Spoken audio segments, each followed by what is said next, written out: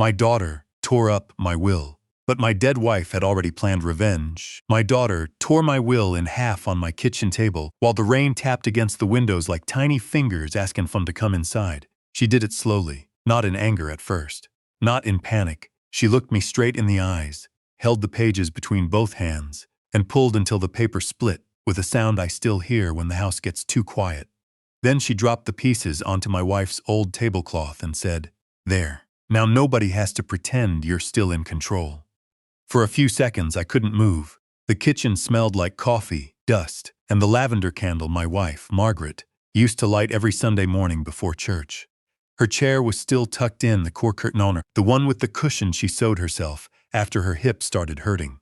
On the refrigerator, there was still a faded photo of us at Yellowstone, her red scarf blowing sideways in the wind while I stood behind her laughing like a fool. Margaret had been dead for 11 months. And my only daughter, Denise, had just torn up the will. Margaret and I signed together before cancer took her voice. My son-in-law Grant stood near the sink, arms folded, watching me the way a banker watches a man who has missed 3 payments. My grandson Tyler stared at the floor. My granddaughter Lily had tears in her eyes. Nobody spoke. Then Denise leaned forward and put one finger on the torn paper. "You're 81, Dad," she said. "You don't need a will. You need help." I looked at the paper, then I looked at my daughter. And that was when I realized something worse than betrayal. She wasn't trying to protect me. She was trying to erase me. But what Denise didn't know was that Margaret had never trusted loud emotions. She trusted quiet evidence. And 6 months before she died, while the doctors were telling me to prepare myself for goodbye, my wife had already prepared something else. A revenge so patient, so careful, so devastating, that my daughter had just stepped into it with both feet. I should begin with the night Margaret first warned me. It was October, cold enough that the windows fogged in the morning, but not cold enough to turn the heat on without feeling guilty about the bill. Margaret was sitting in her recliner with a quilt over her knees, her hair wrapped in a blue scarf, because chemotherapy had taken most of it. She had always been a strong woman, not loud, not sharp, strong in the way old bridges are strong. People drove over her every day and forgot what held them up. That evening, I was standing at the stove making tomato soup because it was one of the few things she could still taste. I remember stirring slowly and trying not to look at her too much, because every time I did, I saw how much thinner she had become. She said, "Thomas." I turned. She was staring at her phone. Not angry, not frightened, just disappointed. That frightened me more than anger would have. "What is it, Maggie?" I asked. Only I called her Maggie. Everyone else called her Margaret. She held the phone out toward me. Denise sent another message. I wiped my hands and walked over. The message was long. Too long. Denise had written about bills, about the house, about how difficult it would be for me after Margaret passed, about how Grant knew a man who could help organize the property, about how we should think practically before emotions ruin everything. But one line made my stomach tighten. "Mom, if Dad becomes confused after you're gone, you need to make sure I can step in without a fight." I read it twice. Margaret watched my face. "That doesn't sound like concern," I said quietly. "No," she whispered. "It sounds like planning. I wanted to defend our daughter. A father always wants to do that first. Even when the truth is standing in front of him wearing muddy boots, a father will still ask if maybe it came from somewhere clean." Denise had always been complicated. As a little girl, she used to climb into my lap with a book and demand I read the same page 10 times. She loved horses, hated peas, and cried whenever Margaret left for the grocery store without kissing her goodbye. But somewhere between college, marriage, debt, and disappointment, my daughter changed. She became sharp around the edges. She stopped visiting unless there was a holiday, a birthday, or a problem with money. Grant made it worse. Grant was the kind of man who smiled with his mouth and calculated with his eyes. He sold high-end kitchen remodels to people who couldn't afford them, then blamed them for not understanding investment value. He wore expensive watches, drove leased cars, and spoke to waiters like he was testing them. Margaret saw through him the first time she met him. After Denise introduced us, Margaret washed dishes in silence for nearly 10 minutes before saying, "That man counts exits." "What does that mean?" I asked. "It means he never enters a room unless he already knows how to leave with something." At the time, I laughed. I stopped laughing years later. I worked most of my life as a property claims investigator. Before that, I did construction. I knew what water damage looked like behind fresh paint. I knew what rot smelled like before wood broke under your foot. I had spent 40 years walking into burned houses, flooded basements, collapsed barns, and listening to people tell me stories about what happened. Some stories were true, some were polished, some had holes wide enough to drive a truck through. The first thing my job taught me was simple. Damage always starts before people notice it. That was true in houses. And it was true in families. Margaret's illness made everything visible. Denise started calling more often, but not to ask how her mother felt. She called to ask about insurance, power of attorney, bank accounts, home value, property taxes. She brought casseroles she didn't cook herself and placed them in our freezer like receipts. She hugged Margaret too tightly when other people watched. She whispered to nurses. She looked around rooms. One afternoon, I found her in our bedroom opening the drawer where Margaret kept old jewelry. She jumped when I said her name. "I was looking for Mom's heating pad," she said. The heating pad was on the chair beside her. I didn't argue. I just noticed. Old men notice more than people think. We have fewer distractions. We know the weight of silence. And we have lived long enough to understand that a lie does not need to be big to be dangerous. 2 weeks after that, Margaret asked me to drive her to an attorney in Millbrook named Elaine Porter. I thought she wanted to update our will. We had a simple one already. Everything went to each other first, then to Denise, with small college funds for Tyler and Lily. Nothing fancy, nothing dramatic, just the kind of document decent people sign because they think love will handle the rest. But Margaret sat in Elaine Porter's office that day with a folder in her lap and a look I had only seen once before. The night our neighbor's dog bit Denise when she was 7, Margaret didn't scream then either. She simply picked up Denise, wrapped her bleeding arm in a towel, looked at the dog's owner and said, "You will never let that animal near my child again." The man listened, everyone listened when Margaret used that voice. In Elaine's office, Margaret used that voice again. "I want a second plan," she said. Elaine leaned forward. "What kind of second plan?" Margaret glanced at me. I remember the sunlight cutting across her face through the blinds. It made her look both fragile and made of stone. "If my daughter tries to take this house before Thomas is ready," she said, "I want her stopped." My chest tightened. "Maggie." She raised one hand gently. Not angry, just asking me to let her finish. "If Denise tries to claim he's incompetent without proof, I want her stopped. If she pressures him, isolates him, forges anything, or sells anything that belongs to us, I want it documented and punished." Elaine looked from her to me. "That's very specific." Margaret nodded. "It needs to be." That was the first time I understood.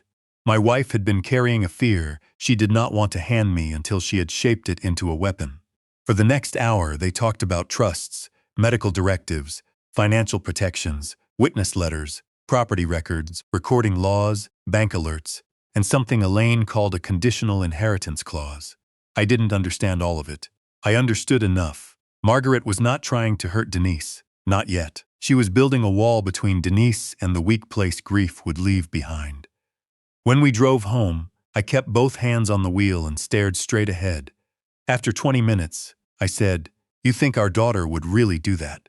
Margaret looked out the window at the passing fields. "I think grief makes good people vulnerable," she said. "And greed makes weak people brave." Those words stayed with me. Greed makes weak people brave. 6 months later, I stood beside her hospital bed and held her hand while she breathed like each breath had to climb a hill. Her skin was cool. Her eyes were still clear. Denise was in the hallway arguing with Grant on the phone about something to do with a loan payment. I could hear her whispering angrily near the vending machine. Margaret squeezed my fingers. There was an envelope under her blanket. She pushed it toward me. "Not now," she whispered. Her voice was almost gone. I leaned closer. "When?" I asked. Her lips trembled. "When she breaks your heart on purpose." I felt something collapse inside me. "Maggie, don't talk like that." Her eyes filled with tears, but she did not cry. "Promise." I promised. That was the last full sentence she ever said to me. She died at 3:17 the next morning, while rain hit the hospital windows. For months after the funeral, I moved through the house like a man walking underwater. Every object had her fingerprints on it. The chipped blue mug, the sewing basket, the notes on recipe cards, the garden gloves by the back door. still holding the shape of her hands. People think loneliness is silence. It isn't. Loneliness is hearing the same sounds you heard for 52 years and suddenly realizing one of them is missing. The kettle still screamed, the floor still creaked, the mail still dropped through the slot. But Margaret did not call from the laundry room, asking where I put the scissors. She did not hum while folding towels. She did not touch my shoulder when passing behind me in the kitchen. That absence became its own person in the house. Denise visited often after the funeral. At first, I wanted to believe it was love. She brought groceries, though she always left the receipts on the counter. She scheduled doctor appointments, though she spoke over me when the nurse asked questions. She cleaned out Margaret's closet without asking, though she cried while doing it, which made me feel cruel for stopping her. Then she started using phrases that made my old investigator instincts wake up. We need to simplify. You don't want to burden us. Mom would want me to handle this. Grant says the market is hot. Dad, you're being emotional. That last one became her favorite. Anytime I disagreed, I was emotional. Anytime I remembered something differently, I was confused. Anytime I asked for my own mail, I was paranoid. At first, it was small. A missing bank statement, a doctor's office calling Denise instead of me, a property tax notice opened before I saw it. Then one morning, I found a brochure on my kitchen table for a senior living facility called Brightwater Oaks. On the front, two old people laughed beside a pond. They looked like actors who had never had to count pills or bury a spouse. I picked up the brochure. Denise came in from the hallway carrying a laundry basket. I thought we could tour it next week, she said. We? She smiled too quickly. Just to look. I'm not moving. Dad, nobody said moving. The brochure says assisted living. It's not what you think. I can read, Denise. Her smile tightened. There it was. That tiny flash of irritation people show when the mask gets heavy. I'm trying to help, she said. No, you're trying to decide. She dropped the laundry basket harder than necessary. For once, could you not make everything difficult? I looked at my daughter standing in my kitchen, in the house I had paid for with 40 years of labor and one bad knee, and for one strange second I saw her at 6 years old again, crying because her ice cream fell on the sidewalk. I wanted that child back, but standing before me was a woman who had already chosen a side.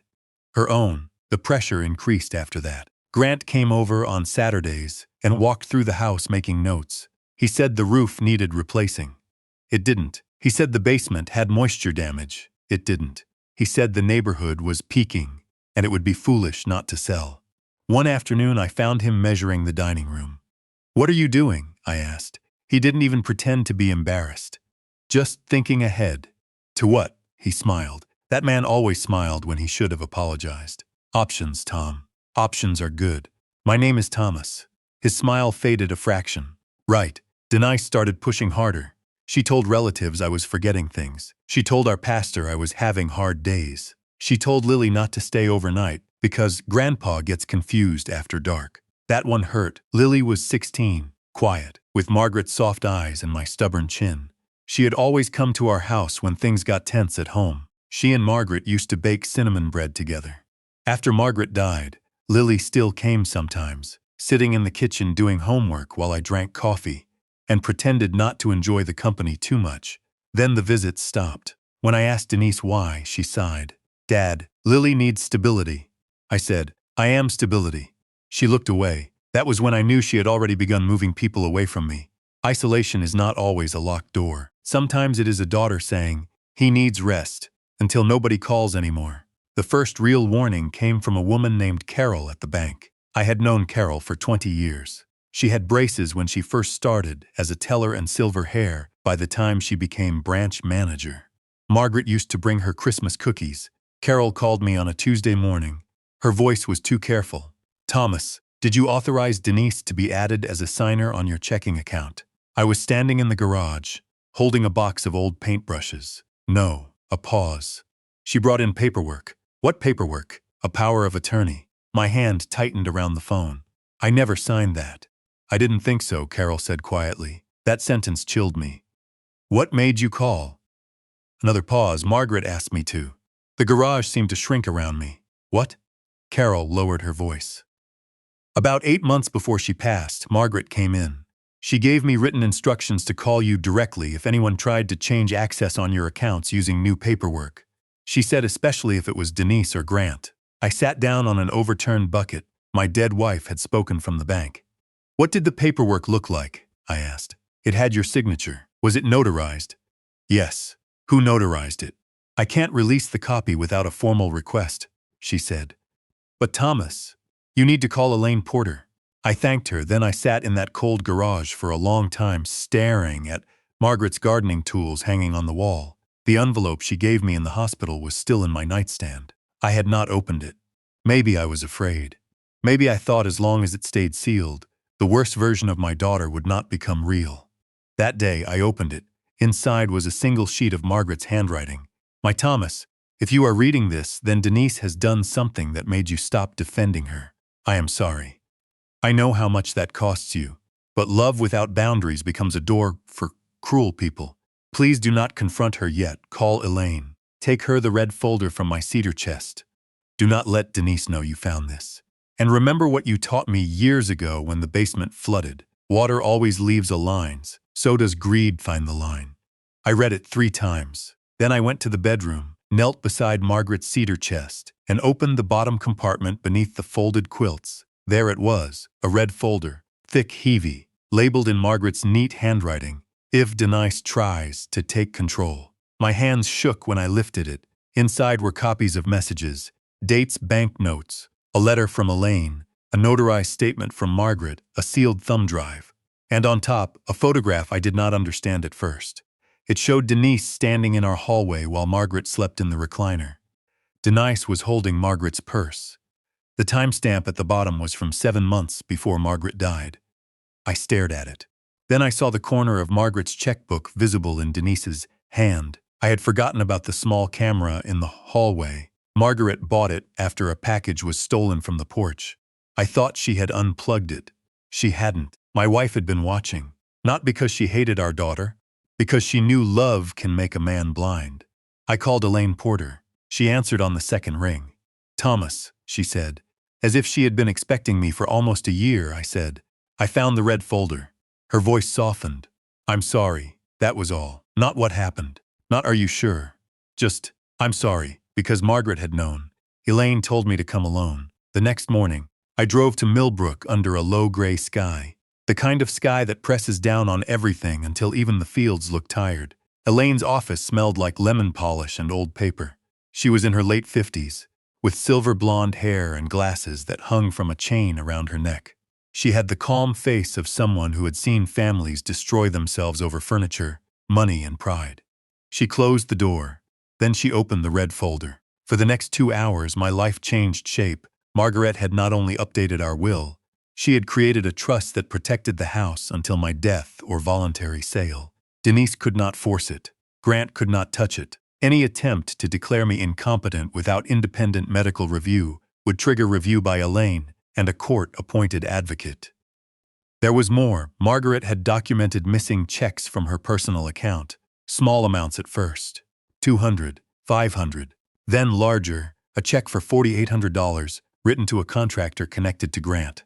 A check for $7,200 marked home repairs that never happened. A credit card opened in Margaret's name and mailed to Denise's address.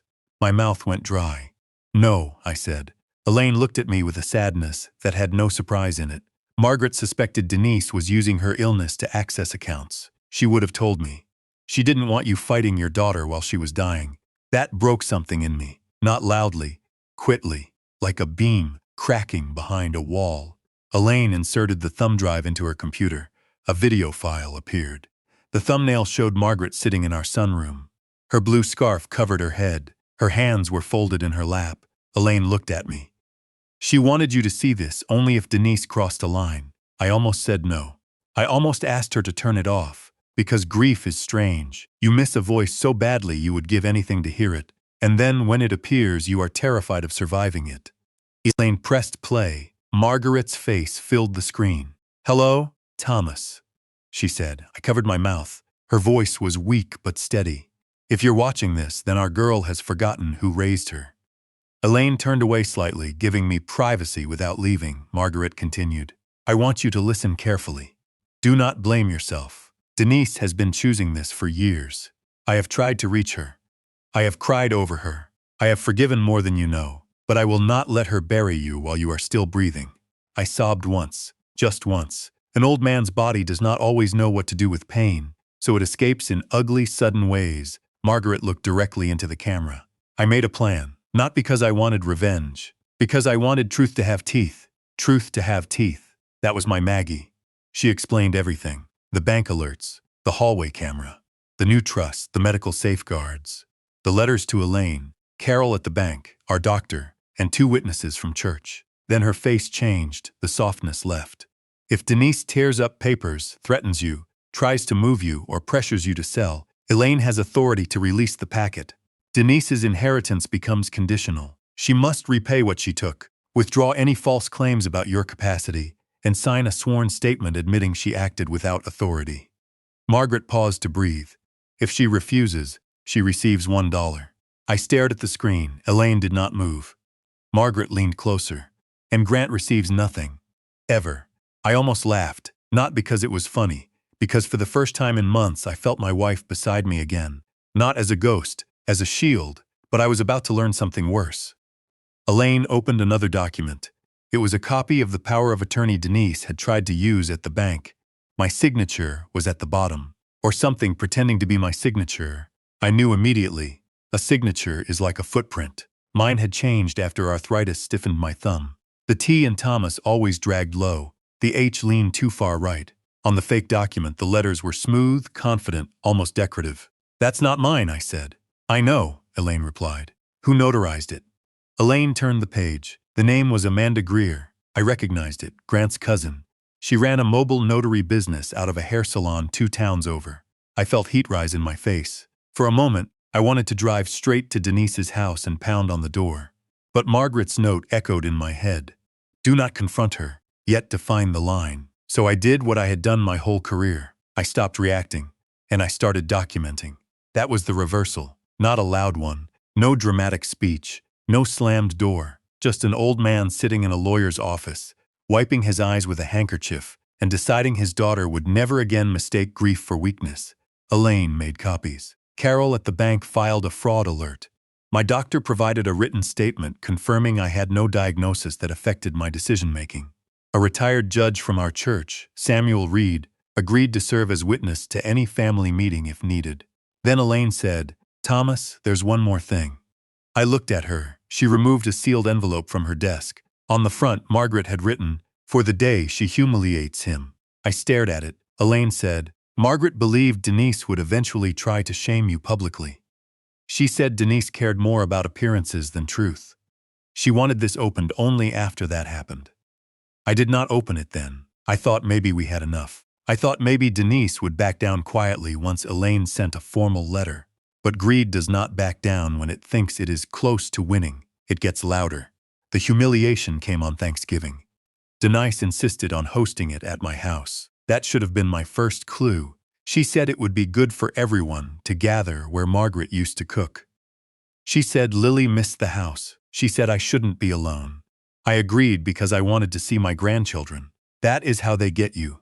They wrap the hook in something you love. Denise arrived at 9 in the morning with Grant, Tyler, Lily, 3 casserole dishes, and a mood so cheerful it felt rehearsed. Grant brought wine, though I did not drink anymore.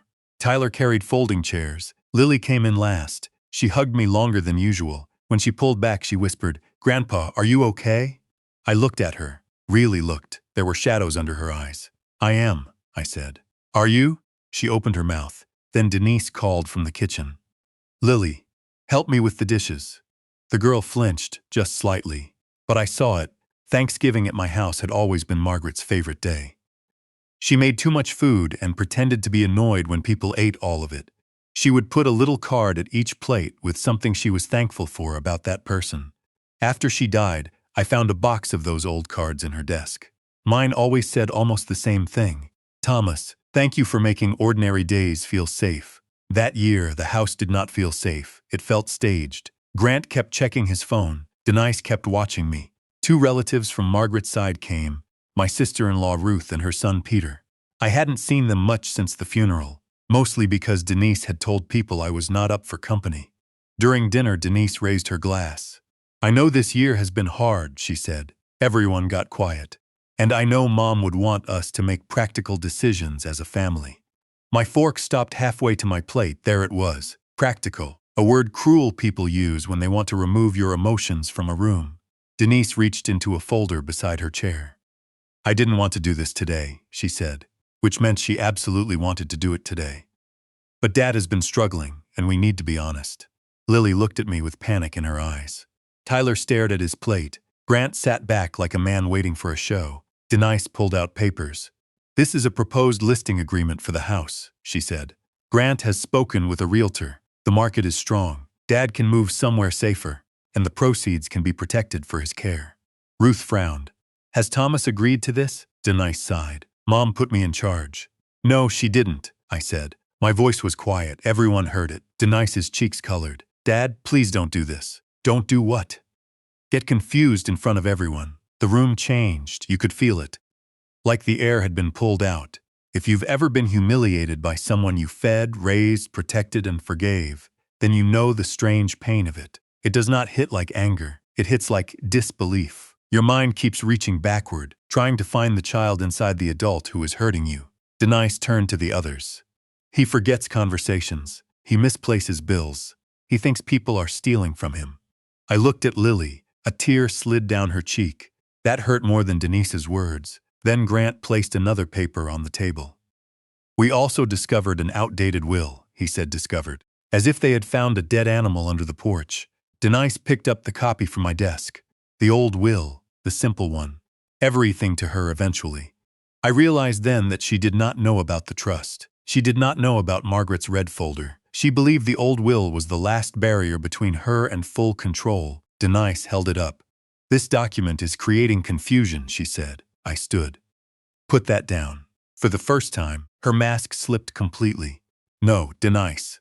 You don't get to keep using Mom's death to control this family. My hands curled against the table edge.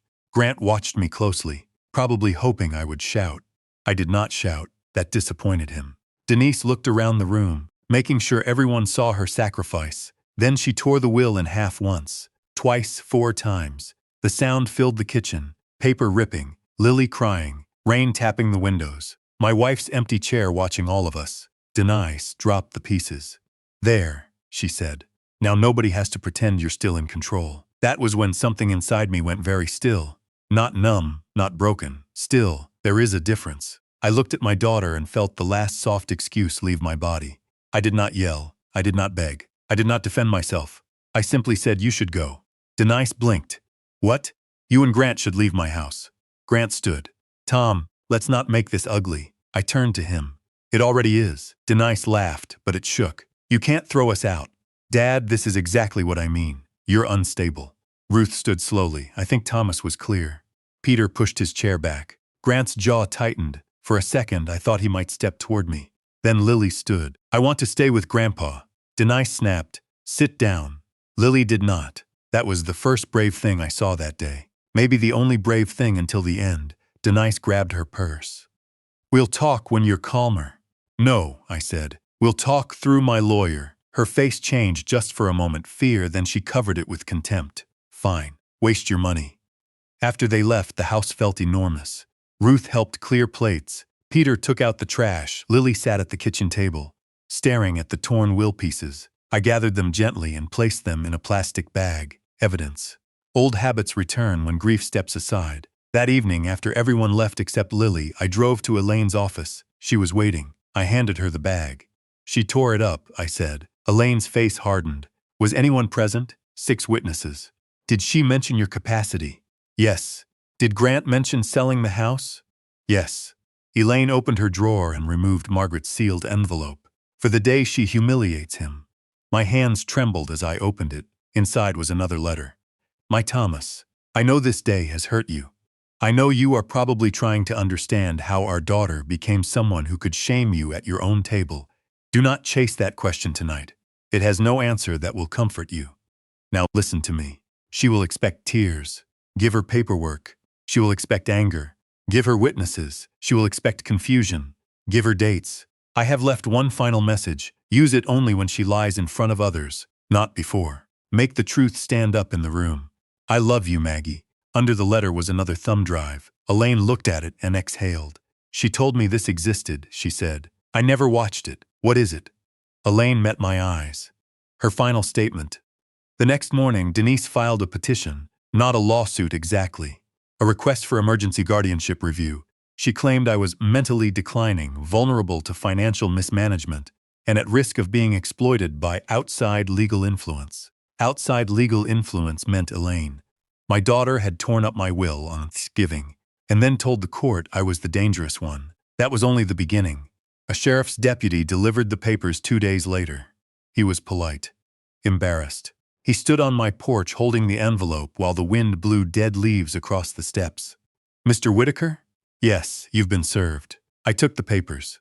For a moment, I thought of Margaret standing behind me, whispering, Careful, Tom. Toss, toss. The petition included statements from Denise, Grant Amanda Greer, the notary, and, to my surprise, Tyler. My grandson had signed a statement saying I had become forgetful and suspicious. That hurt. Tyler was 22, old enough to know better, young enough to be pressured. But Lily had not signed. I noticed that immediately. When I called Elaine, she said, Do not call Denise. Do not call Grant. Bring the papers. I did. Elaine read them without expression, then she said, They're moving faster than I expected. Why? Because they know something triggered you. What do we do? She tapped the file. We answer with Margaret's plan. Over the next week, my house became quiet in a different way. Not lonely quiet, prepared quiet. Elaine filed objections. Carol provided bank records. My doctor agreed to appear if needed. Samuel Reed wrote a statement about my clarity, independence, and Denise's public conduct at Thanksgiving. Ruth and Peter did the same. Lily called me from a number I didn't recognize, I answered. Grandpa. Her voice was shaking. Lily? Where are you? At school. I borrowed a phone. What's wrong? She started crying, not loud. The kind of crying children do when they are trying not to be heard. Mom took my phone. She said I'm not allowed to talk to you because you're manipulating me. I closed my eyes. A deep, cold anger moved through me. Listen to me, I said gently. Are you safe? I think so. What does that mean? She and Dad fight all the time. About money. About the house. About you. Dad said if you ruin this, we lose everything. Everything, that word landed hard. What everything? Lily sniffed. I don't know. He said the bank is going to come after him. I looked at the red folder on my table. There it was again. Water leaving the line. Lily, I said, do you know anything about papers your mom asked Tyler to sign? She was quiet. Then she whispered, Tyler didn't want to. Dad said he'd stop paying his rent. I leaned back in my chair. Of course, pressure moves downhill. Grant pressured Denise. Denise pressured Tyler. And Lily, the youngest, had been expected to stay silent and watch the adults bury me politely. What else? I asked. She hesitated. Mom has Grandma's blue jewelry box. The room tilted. Margaret's blue jewelry box had been missing since the week after the funeral. Denise told me she didn't know where it was. What's in it? I asked. Letters, Lily said. And a little key. Mom said, Graham Fry, to turn you against her. I stood so quickly my chair scraped the floor. Lily, listen carefully. Do not argue with your mother. Do not search for anything. Do you understand? Yes. And don't call from that phone again unless you are safe. Grandpa? Yes? Was Grandma scared of Mom? I looked toward Margaret's chair. How do you answer a child when the truth is too heavy and the lie is too small? Finally I said, Your grandmother loved your mother. But she was careful with her. Lily cried harder. I miss her. So do I, sweetheart. After the call, I contacted Elaine. She requested the jewelry box as part of the guardianship response. Denise denied having it. That denial became important later, very important. The hearing was set for December 18. Cold rain turned to sleet that morning. Elaine drove me because she said it would look better if I arrived steady and supported, not alone in a storm trying to prove I could still drive.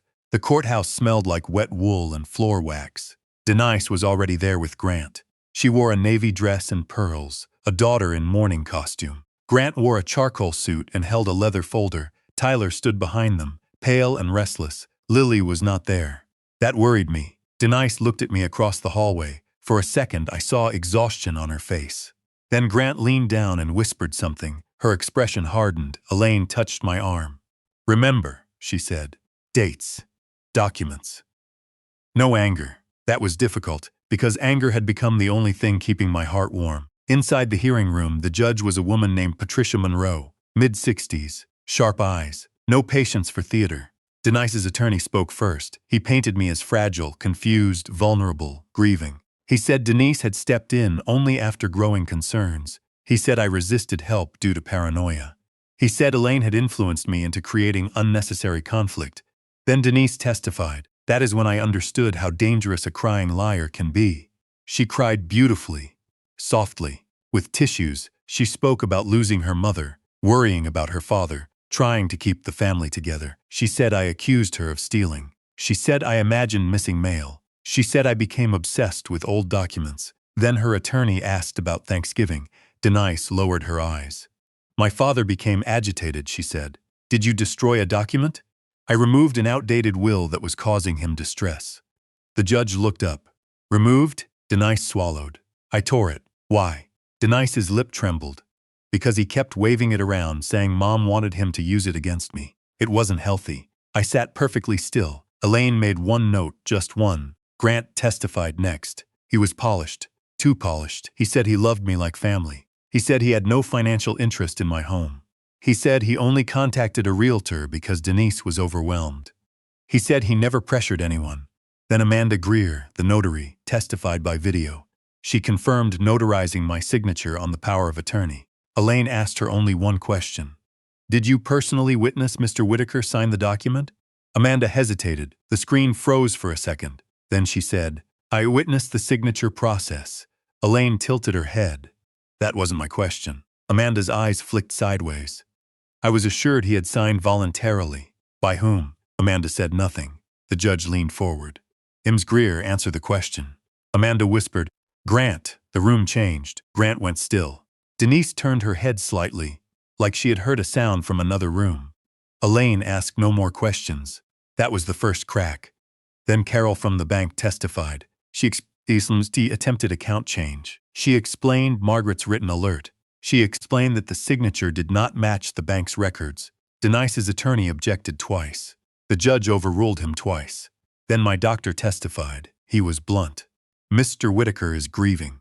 He is elderly. He has arthritis and mild hearing loss. None of that makes him incompetent. The judge wrote something down, then Elaine stood. Your Honor, before my client speaks, we would like to submit a recorded statement from Margaret Whitaker, his late wife. It is relevant to the pattern of conduct and the protective estate plan in place before her death. Denise's attorney objected immediately. The judge asked, was this statement authenticated? Elaine provided documentation, dat, witness, notary, chain of custody. Margaret had thought of everything. The judge allowed it. Elaine inserted the thumb drive. The screen at the front of the room came alive. Margaret appeared. A sound escaped Denise. Not a word, a wound. My wife sat in the sunroom wearing the blue scarf. Her voice filled the courtroom. My name is Margaret Whitaker. I am making this statement voluntarily while of sound mind. If this recording is being shown, then my daughter Denise has likely claimed my husband Thomas cannot manage his affairs. Denise covered her mouth. Grant stared at the table. Margaret continued. I want the court, or whoever is present, to understand that my husband is not the vulnerable party because he is confused.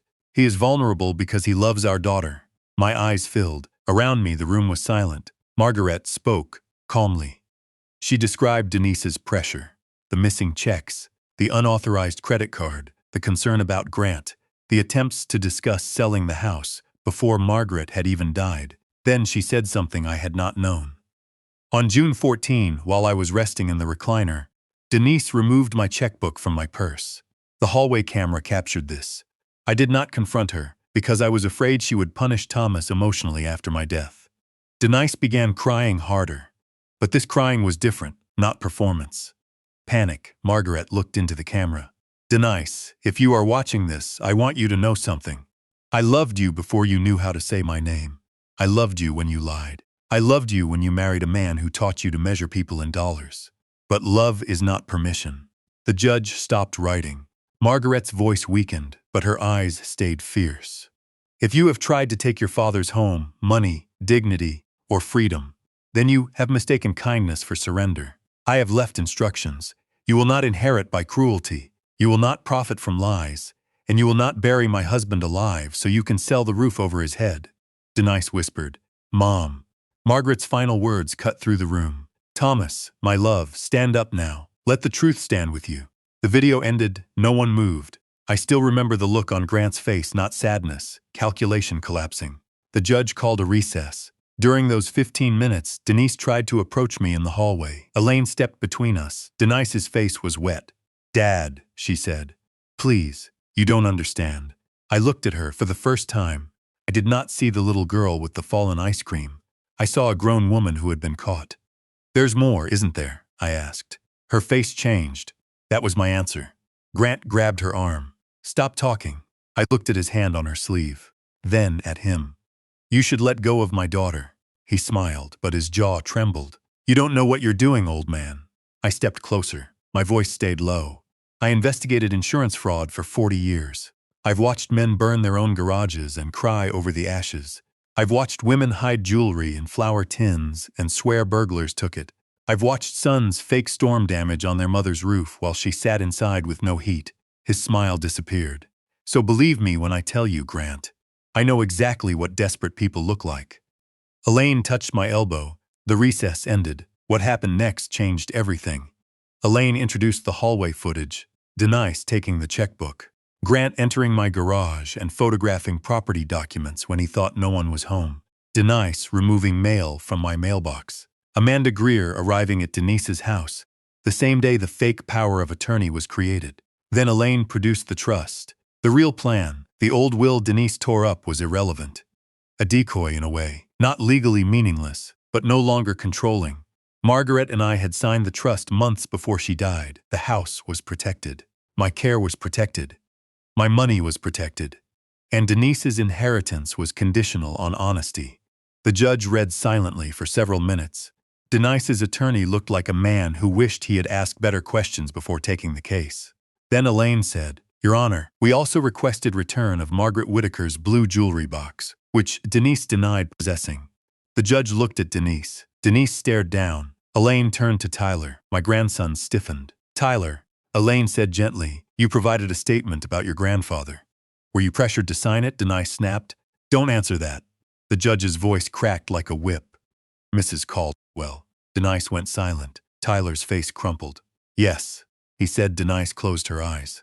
By whom? Elaine asked. My dad and my mom. Grant muttered something under his breath. Tyler continued, voice shaking. They said, if Grandpa didn't sell the house, we'd lose ours. Dad said the business loans were tied up and he needed time. Mom said Grandpa was selfish and Grandma would have wanted us to be okay. Elaine asked, Do you know anything about the blue jewelry box? Tyler nodded. The room held its breath. It's in my parents' closet, he said. Top shelf. In a white storage bin. Denise began to sob. Grant stood halfway. This is ridiculous. The judge ordered him to sit. Elaine said, Your Honor, we request the court order immediate preservation and production of that box and all contents. The judge granted it, but she did more. She denied the emergency guardianship petition. She referred the forged power of attorney issue for investigation. She ordered temporary restrictions preventing Denise or Grant from contacting my financial institutions, entering my property without permission, or removing any documents. And then she looked directly at Denise. Your mother appears to have understood this situation with painful clarity. Denise bowed her head. I thought that was the climax. I was wrong.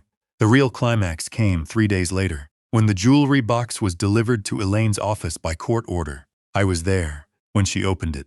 The blue box sat on the conference table between us, scratched near the latch, still smelling faintly of Margaret's rose hand cream. Inside were letters, old ones from me, a lock of Denise's baby hair, Margaret's wedding earrings, a small brass key, and a notebook I had never seen. Elaine opened it carefully. Margaret's handwriting filled the pages, dates, conversations. Things Denise had said, things Grant had asked, Damarant's missing. But in the back of the notebook was a page titled, Why I Changed the Plan. Under it, Margaret had written 3 names, Thomas, Lily, Denise. I felt my throat tighten. Elaine read silently, then looked at me. I think you should read this part yourself. I took the notebook. My hands were unsteady. Margaret had written, Denise may be lost for now. I do not know if she will come back to herself. But Lily sees too much. That child is carrying fear in her shoulders. If Thomas survives me, I want Lily to have a place to run to. The house must remain safe, not just for him, her. Below that, if Denise attacks Thomas publicly, release the final letter to Lily when she turns 18 or earlier if necessary. I looked up. There's a letter searched loose the box. Under the lining, behind a loose strip of blue velvet, was a sealed envelope, Lily Ann Caldwell. Margaret had hidden it where Denise would never think to look. Inside was a letter that changed my granddaughter's life. My sweet Lily, if you are reading this before you are grown, it means the adults around you forgot that children hear everything. You are not responsible for your mother's fear. You are not responsible for your father's debts. You are not responsible for keeping peace by swallowing truth. Your grandfather's house is your safe place if you need it. I have arranged for that. Do not let anyone tell you love means silence. Love tells the truth and stays. Grandma Maggie. I could not finish reading aloud. Elaine finished for me. Margaret had created a small education trust for Lily, not huge enough for community college, maybe more if managed carefully.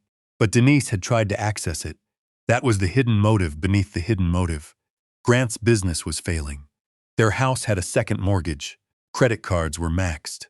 They needed my house sold, my accounts opened, and Lily's education fund quietly redirected as family emergency money. My daughter had not only tried to take from me, she had tried to take the last gift her dying mother left for her own child. That was the moment grief turned into something colder. Cleaner, justice. Elaine asked if I wanted to pursue everything.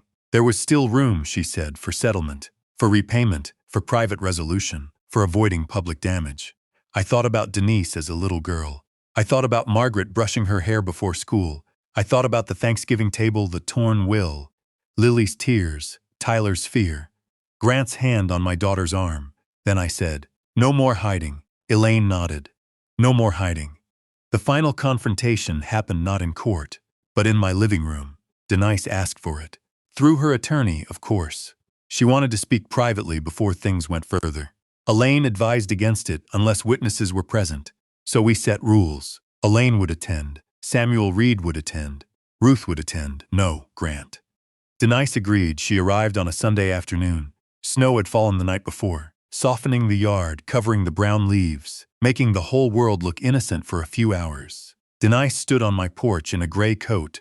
For the first time in years, she looked small. Not young small. She came inside and stopped when she saw Margaret's chair. Her eyes filled. She would hate this, Denise whispered. Yes, she would. Denise flinched. We sat in the living room. Elaine opened her notebook. Samuel sat near the window. Ruth held a cup of tea she never drank. Denise looked at me. I didn't mean for it to go this far. That sentence is a favorite hiding place for people who walked every step. I waited. She twisted her wedding ring. Grant said we were drowning. He said you and Mom had more than you needed. He said family helps family. I asked, "Did you believe him?" She cried. I wanted to. There it was, not innocence, not excuse, but truth. She had wanted to believe the version that made theft feel like need and pressure feel like responsibility. Why tear the will? I asked. Her face crumpled. Because I thought if I could make you look unstable, the judge would let me take over before anyone looked too closely. Ruth inhaled sharply. Elaine wrote it down. Denise looked at her. I know how that sounds. No, I said. You know what it is.